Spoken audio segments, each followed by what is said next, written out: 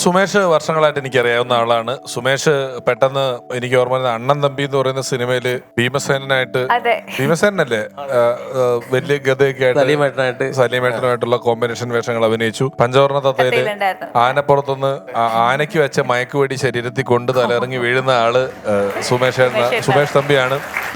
ഒരുപാട് സ്റ്റേജുകളിലും പ്രോഗ്രാമുകളും ചെയ്തിട്ടുള്ള ഒരാളാണ് സുമേഷ് മിമിക്രി ആർട്ടിസ്റ്റ് ആണെങ്കിലും സുമേഷ് ഈ കലയോടുള്ള ഒരു ആഭിമുഖ്യം കൂടി കലാകാരനാകാനുള്ള വഴിയുണ്ടല്ലോ, അത് വളരെ രസമുള്ളൊരു കഥയാണ്. എന്താ വെച്ചാല് സുമേഷിന്റെ വീടിന്റെ അടുത്താണ് മച്ചാൻ വർഗീസ് ചേട്ടന്റെ വീട്. മച്ചാൻ വർഗീസ് ചേട്ടന് സിനിമയിലേക്ക് വരുന്ന എല്ലാ വിളികളും സുമേഷിന്റെ വീട്ടിലാണ് കോള് വരുന്നത്. PP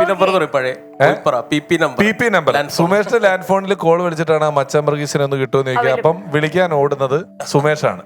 അപ്പൊ വർഗീസേട്ടന് വരുന്ന കോളുകൾ എടുക്കുമ്പോ ഇടയ്ക്ക് സുമേഷ് തമ്പി ഒന്ന് ഇടപെടും അതിനകത്ത് വിളിക്കാം, പക്ഷെ എന്താ വേഷമൊന്നു പറഞ്ഞാൽ എന്നെയും കൂടെ അതിനകത്തൊന്ന് ഉൾപ്പെടുത്തിയാന്ന് പറഞ്ഞിട്ട് അങ്ങനെ ചെറുതായിട്ട് ചെയ്യും. പിന്നെ ആ വിളി കാരണം മച്ചാൻ ചേട്ടന് സുമേഷിനെ ഭയങ്കര ഇഷ്ടമായിട്ട് മച്ചാൻ ചേട്ടൻ ഉദ്ഘാടനത്തിന് പോകുമ്പോഴും ഷൂട്ടിങ്ങിന് പോകുമ്പോഴും ഒക്കെ സുമേഷിനെ കൂട്ടിക്കൊണ്ടു. അല്ലേ സുമേഷ് പറഞ്ഞ ഞാൻ ഇതൊക്കെ പറഞ്ഞോണ്ടിരിക്കുന്നത് ആ കഥകള് ഒരു ഓർമ്മകൾ അല്ലേ? അതെ അതെ അതെ. അത് എന്ന് വെച്ചാൽ നമുക്ക് മിമിക്രിയോടൊക്കെ ഭയങ്കര ഇഷ്ടമാണ്. അപ്പൊ വേറെ എങ്ങനെ പോകണമെന്ന് അറിയില്ല. അപ്പോഴാണ് വറീസൺ അവിടെ ഒരു കൊച്ചിൻ ഹരിശ്രീയിലെ ആർട്ടിസ്റ്റാണ്. അപ്പൊ അങ്ങനെ ഒരു മിമിക്രി ആർട്ടിസ്റ്റ് ഇവിടെ താമസിക്കണമെന്ന് പറഞ്ഞാൽ അങ്ങനെ പരിചയപ്പെട്ടിട്ടാണ് ഈ സംഭവങ്ങൾ. പിന്നെ വറീസൻ്റെ കൂടെ എപ്പോഴും പോകും. പിന്നെ ആർട്ടിസ്റ്റുകളൊക്കെ അതിൽ വരുമ്പോൾ വീട്ടിൽ വരും. അങ്ങനെ നല്ല സൗഹൃദങ്ങളായിരുന്നു. അവിടെ നിന്ന് തുടങ്ങണം. എത്ര വർഷമായി സുമേഷ്? വർഷങ്ങളിപ്പോ കുറച്ച് കാലങ്ങളായി. നമ്മൾ ഏതാണ്ട് സമകാലീനരാണ്. ഇടയ്ക്ക് ഹനീഫിക്കയുടെ ശബ്ദാനുകരണം ചില പരിപാടികളൊക്കെ സുമേഷ് സിനിമ എത്ര എണ്ണം കഴിഞ്ഞിട്ടുണ്ട്? ഇപ്പം ഒരു 10-15 സിനിമകളുണ്ട്. പൊതുവെ മടിയനാണ് നമ്മൾ വിളിച്ച് കൊണ്ടുപോയ. കരിയറിലെ വഴിത്തിരിവായ കാര്യം അല്ലെങ്കിൽ പ്രോഗ്രാം അല്ലെങ്കിൽ ചിത്രം ഏതായിരുന്നു? അങ്ങനെ പറയാനൊന്നുമില്ല. നമ്മള് രസികരാജ എന്നുള്ള പ്രോഗ്രാമിലാണ് ശരിക്കും പറഞ്ഞ തുടങ്ങണത്. അപ്പൊ ഞാനും ബിനോടിമാലിയായിരുന്നു, ഞങ്ങൾ ടീമായിട്ടായിരുന്നു. അങ്ങനെ പിന്നെ പ്രോഗ്രാം കോർഡിനേഷനിലേക്കായി കൂടുതലും ശ്രദ്ധകള്. അപ്പൊ ഞങ്ങൾ ഒരുമിച്ച് ഒരുപാട് ഷോകൾ ചെയ്തിട്ടുണ്ട്, വിദേശ പരിപാടികളൊക്കെ ചെയ്തിട്ടുണ്ട്. ഇദ്ദേഹം പറഞ്ഞ പോലെ ഈ സിനിമയിൽ അഭിനയിക്കണം എന്നുള്ള താല്പര്യം അല്ലെങ്കിൽ വേറെ എന്തെങ്കിലും ഒരു താല്പര്യം വന്നു കഴിഞ്ഞാല് നമ്മള് അവർ പറയുന്ന, അതായത് പിഷാരടി പറയുന്ന തമാശ വലിയ തമാശ ഇല്ലെങ്കിലും ചിരിച്ചു കാണിക്കും ഇവര്. ചിരിച്ചില്ലെങ്കിൽ നമ്മുടെ മനസ്സിലുണ്ട് ശരിയാക്കി തരാടാ, നിനക്ക് സിനിമയിൽ അഭിനയിക്കണല്ലേ, അങ്ങനെ ഒരു സാധനം നമ്മുടെ ഉള്ളിലും കയറും. അപ്പൊ അയാൾ ഒരു കാര്യമില്ലാണ്ട് വെറുതെ ചിരിക്കും. ഇതൊക്കെ എനിക്ക് എൻ്റെ ജീവിതത്തിൽ അനുഭവപ്പെട്ടിട്ടുള്ള കാര്യങ്ങളാണ്. അതുപോലെ തന്നെ ഈ സംവിധായകന്മാര് അവരെ സന്തോഷിപ്പിക്കാൻ വേണ്ടിയിട്ട് പല കാര്യങ്ങളും ഞാൻ ചെറിയ റോളുകളൊക്കെ ആഗ്രഹിച്ചിരുന്ന കാലത്ത് ഈ കുട്ടികളൊക്കെ ഒന്ന് കേൾക്കാൻ വേണ്ടി പറയാണ്.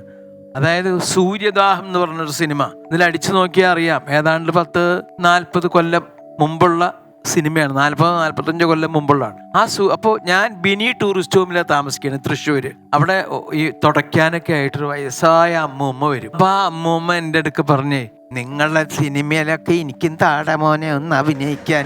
അപ്പോൾ ഞാനിങ്ങനെ അത് കേട്ടു. അപ്പൊ അങ്ങനെ ഞാനും ഈ അമ്മൂമ്മയും തമ്മിലൊരു ഫ്രണ്ട്ഷിപ്പ് ഉണ്ടായി. അപ്പൊ ആ സമയത്ത് ഡയറക്ടർ മോഹൻ, അപ്പൊ അദ്ദേഹം വൈകുന്നേരം എൻ്റെ ഫ്രണ്ടാണ്, ഞങ്ങൾ ഒരുമിച്ച് ക്ലാസ്മേറ്റ്. അപ്പോൾ ഞങ്ങൾ ഒരുമിച്ച് ഇങ്ങനെ ഇരിക്കുക. അപ്പൊ മോഹൻ പറഞ്ഞു, വിധുബാലയും അതുപോലെ തന്നെ വേറൊരു സ്ത്രീയും കൂടി ഇങ്ങനെ വരും അമ്പലത്തിൽ നിന്ന്, സുകുമാരി ചേച്ചി.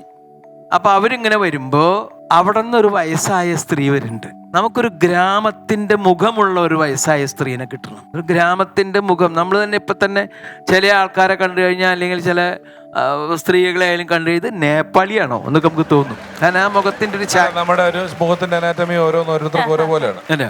അപ്പൊ നമുക്ക് ഒരു ഗ്രാമം കൊത്തിവെച്ച പോലെ ഇയാൾ അങ്ങനത്തെ ഒരാളാണ് മോഹൻ. അയാളുടെ സിനിമയാണ് വിട പറയും മുമ്പ് നെടുമുടി വേണു അഭിനയിച്ച് ബെസ്റ്റ് ആക്ടർ കിട്ടിയ സിനിമ. വലിയ ഡയറക്ടറാണ് അയാൾ. ഒരു ഗ്രാമത്തിന്റെ മുഖം. അപ്പൊ എന്റെ മനസ്സിൽ അത് കൊണ്ടു. കാരണം എന്താ വെച്ചാൽ എനിക്ക് മോഹന് വല്ല റോളൊക്കെ എനിക്ക് ഉണ്ടാക്കി തരാൻ വേണ്ടിയിട്ട് അയാളെ സന്തോഷിപ്പിക്കുക, ഇതൊക്കെ എൻ്റെ മനസ്സിലുള്ളത്. ഒരു ഗ്രാമത്തിന്റെ മുഖം വേണം, ഒരു അമ്പലം കൊത്തി വെച്ച പോലെ എന്നൊക്കെ പറഞ്ഞപ്പോൾ ഞാൻ മോഹൻ്റെ അടുക്ക പറഞ്ഞു, ഒരു ശരിക്കും അതേപോലെ ഒരു സ്ത്രീ ഉണ്ട്, നമുക്ക് നോക്കാം. അങ്ങനെ ഈ സ്ത്രീനെയും കൊണ്ട് നമ്മൾ ഈ ഷൂട്ടിംഗ് സ്ഥലത്തേക്ക് ചെന്നു. ഞാനിപ്പോ മോഹൻ ഇങ്ങനെ നോക്കി, കറക്റ്റാ, ഇതൊരു ഗ്രാമം കുത്തിവെച്ച പോലെയുണ്ട്, കറക്റ്റാണ്. ആ ഇന്നസെന്റ് അല്ലേ കൊണ്ടുവന്നത്, അയാൾക്കറിയാം എൻ്റെ കലയുടെ ഇത് അത് എന്നൊക്കെ പറഞ്ഞിട്ട് ഇയാളിങ്ങനെ ഭയങ്കര. അപ്പൊ ഞാൻ എൻ്റെ ഉള്ളിൽ ഒരു അലക്കും, ഞാൻ പ്രേമനസീറാവും എന്നുള്ള വിചാരം എൻ്റെ. അത് കഴിഞ്ഞിട്ട് വിധുബാലി സുകുമാരി ചേച്ചിയും കൂടി ഇവിടെ നിന്ന് അങ്ങോട്ട് പോകും. അപ്പൊ അവിടെ നിന്ന് ഈ വയസ്സായ അമ്മൂമ്മ ഒരു സഞ്ചിയൊക്കെ ആയിട്ട് ഇങ്ങോട്ട് വരും. അടുത്തെത്തുമ്പോ ഈ സുകുമാരി ചേച്ചിയോട് ഈ വയസ്സായ സ്ത്രീ, അമ്മൂമ്മ വളഞ്ഞതാ സ്ത്രീ, എവിടെ പോയിട്ടാ എന്ന് ചോദിക്കും. അപ്പൊ ഈ സുകുമാരി ചേച്ചി പറയും അമ്പലത്തിൽ പോയിട്ടാ. പിന്നെ ഈ സ്ത്രീ ചോദിക്കും എന്താ വിശേഷം? സുകുമാരി ചേച്ചി ഇന്ന് വെള്ള പിറന്നാളാ. അത്രേ ഉള്ളൂ ഡയലോഗ്. അങ്ങനെ റെഡി, നമുക്ക് നോക്കാം. റിഹേഴ്സൽ റെഡി, ആക്ഷൻ എന്ന് പറഞ്ഞു. വയസ്സായ സ്ത്രീ അവിടുന്ന് വരുന്നു, ഇവര് ഇവിടുന്ന് വരുന്നു. അടുത്തെത്തി കഴിഞ്ഞപ്പോ എവിടെ പോയിട്ടാ? അവര് പറഞ്ഞു അമ്പലത്തിൽ പോയിട്ടാ. സുകുമാരി ചേച്ചി എന്താ വിശേഷം? ഇന്ന് വെള്ള പിറന്നാളാ. കറക്റ്റ്, ഒരു കുഴപ്പമില്ല. Ready take.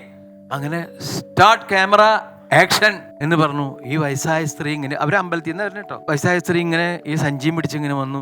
ഏതാണ്ട് അടുത്തെത്തി കഴിഞ്ഞപ്പോ ഈ സ്ത്രീ മിണ്ടണില്ല.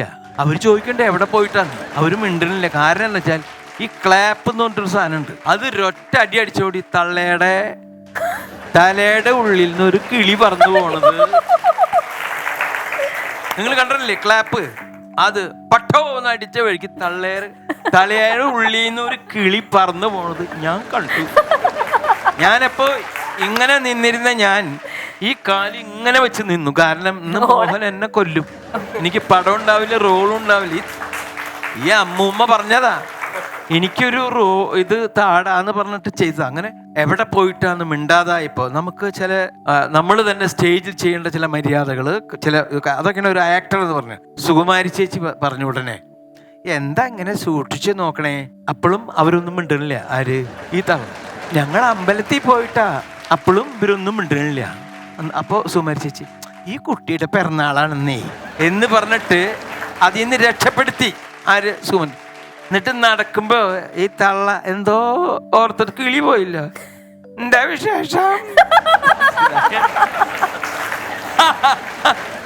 അതോടുകൂടി ഇതെവിടെയാണ്, എന്താ പറയണ്ടേ, എവിടെ പോയിട്ടാ, അത് എല്ലാം പോയി. ഞാൻ അവിടെ നിന്ന് ഒരു ഓട്ടോ ഓടിയിട്ടുണ്ട്. മോഹൻ പറഞ്ഞു അവനെ പിടിക്ക്, അവൻ എവിടെയോ പോയിട്ടുണ്ട്, അവൻ നശിപ്പിക്കാൻ വേണ്ടി കൊണ്ടുവന്നതാണ്. പിന്നെ എന്നെ കാണുമ്പോ പലരും എന്നെ വിളിക്കും എന്താ വിശേഷം. ഈ ക്ലാപ്പ് അടിക്കുമ്പോ കിളി പോകുന്നതേ ഈ അഴകിയ രാവണനില് തോന്നക്കൽ പഞ്ചായത്തിൽ അരി പെറുക്കുന്നതിനകത്ത് ഈ ക്ലാപ്പ് അടിയാണ് കട്ടുകൊണ്ട് വന്നേക്കുന്നത്. കറക്റ്റ്. അതാണ് നമ്മൾ നമ്മുടെ ജീവിതത്തിൽ ഉണ്ടായിട്ടുള്ള ഒരുപാട് കാര്യങ്ങൾ. ഞാൻ അഭിനയിക്കുന്ന സിനിമകളിൽ നമ്മൾ അവരോട് പറയും നമുക്ക് സിനിമ ഡയറക്റ്റ് ചെയ്യാൻ അറിയും, ഞാൻ അത് ചെയ്യും. അതറിയില്ല, പക്ഷെ അവർ ചോദിക്കും ഇത് എങ്ങനെ നമുക്ക് ഇതിന് വല്ലതുണ്ടോ, ഉടനെ നമ്മൾ കൊടുക്കും. നമ്മുടെ വീട്ടിലുണ്ട് നിറയെ കോമഡി ഈ ജാതി. അപ്പോൾ നമ്മളത് പറയും, അവർ പറയും ഇത് ചെയ്തോളൂ എന്ന് പറയും. Super super.